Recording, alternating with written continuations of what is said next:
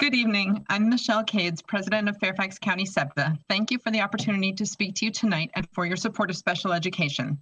2,865. Remember that number.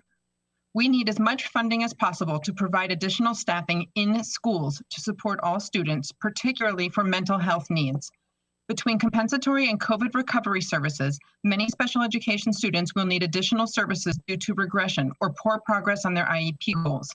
There are no slated increases for staffing-related service providers like OTs, PTs, and speech-language pathologists. Historically and frankly, FCPS has been horrible at providing robust reading instruction using the science of reading and evidence-based multisensory methodologies like Orton-Gillingham, an approach developed over 80 years ago, and still the best practice for teaching students to read. One central office reading specialist was hired only 3 years ago. She subsequently became OG certified and has since trained a small percentage of special educators in OG.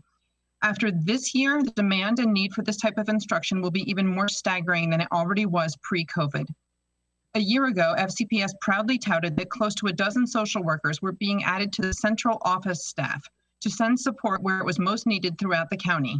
But support is needed everywhere. Direct services in schools now. So returning to 2,865, it's the number of students at my kids' high school. Our 11 school counselors oversee some 260 students apiece, writing their individualized college recommendations, supporting their overwhelming mental health needs, plus coordinating 132 students' 504 plans.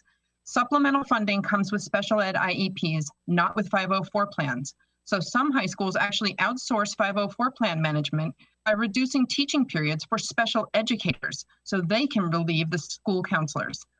Meanwhile, our 1.5 psychologists cover 1,900 students each, and the social worker, she covers all 2,865 students.